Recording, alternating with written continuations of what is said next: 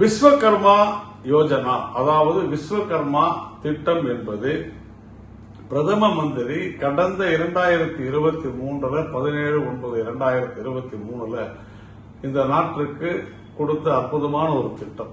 இந்த திட்டத்தின்படி நம்முடைய நாட்டில் கைவினை கலைஞர்கள், அதாவது பல்வேறு தொழில்களை பரம்பரையாக செய்து கொண்டு வந்தவர்கள் அத்தனை பேருமே கிராமப்புறங்களில் மண்பாண்டம் செய்வது, அதே போல வலை பின்னுவது, மீன் வலைகள் பின்னுவது, படகுகளை செய்வது, தச்சு வேலை செய்வது போன்ற 18 தொழில்களை, தேய்ந்து வரும் அழிந்து வரும் தொழில்களை அதை மேம்படுத்த, அவர்களுடைய திறனை மேம்படுத்துவதற்காக கொண்டு வந்த ஒரு திட்டம். விஸ்வகர்மானா ஜாதி இல்ல, விஸ்வகர்மான ஒரு குறிப்பிட்ட ஜாதி இல்லை. விஸ்வகர்மா யார் என்றால் இலங்கையை படைத்தவன். விஸ்வகர்மா யார் என்று சொன்னால் துவாரகையை படைத்தவன். விஸ்வகர்மா யார் என்றால் இந்திரபிரஸ்தத்தை, பாண்டவர்களுடைய இந்திரபிரஸ்தத்தை படைத்தவன். படைக்கும் கடவுளாக இந்த கைவினைஞர்கள், ஒரு கலையையும் படைக்கக்கூடிய கைவினைஞர்கள் விஸ்வகர்மாவை தங்களுடைய கடவுளாக எண்ணி வழிபடுபவர்கள்.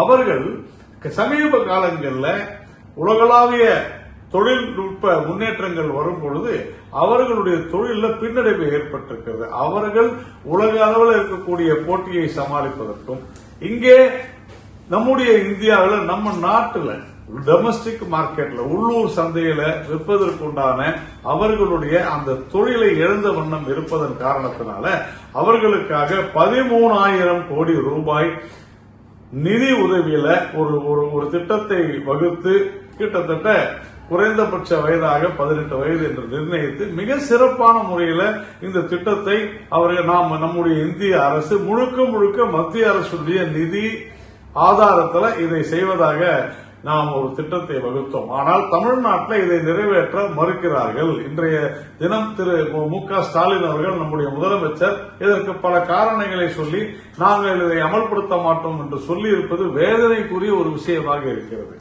அவர் தெரியாமல் இது ஒரு ஜாதி ரீதியிலான ஒரு திட்டம் என்று தவறாக வழிநடத்தப்பட்டிருக்க வேண்டும், அல்லது இந்த திட்டத்தை வேண்டும் என்றே இதை நிறைவேற்றக்கூடாது, முழுக்க மத்திய அரசாங்கத்துடைய என்கிற உள்நோக்கத்தோடு இதை செய்ய மாட்டேன் என்று சொல்லலாம். ஒவ்வொரு ஊரிலும் இருக்கக்கூடிய கைவினை கலைஞர்களை, அவர்களுடைய அடையாளங்களை அந்த ஊரில் இருக்கக்கூடியவர்களுக்கு தெரியும். ஆனால் அது அந்த பஞ்சாயத்தில் இருக்கக்கூடிய அந்த பஞ்சாயத்து தலைவர்கள் இந்த பயனாளிகளை அடையாளம் காண வேண்டும் என்று மத்திய அரசாங்கம் சொல்லி இருக்கிறது. ஆனால் மாநிலத்தில் கிராம நிர்வாக அலுவலர்கள் தான் சொல்ல வேண்டும் என்று சொல்வது ஊழலுக்கு வழிவகுக்கும். இதெல்லாம் காரணம் காட்டித்தான் இந்த திட்டத்தை மறுக்கிறார் நம்முடைய முதலமைச்சர். இது தவறானது.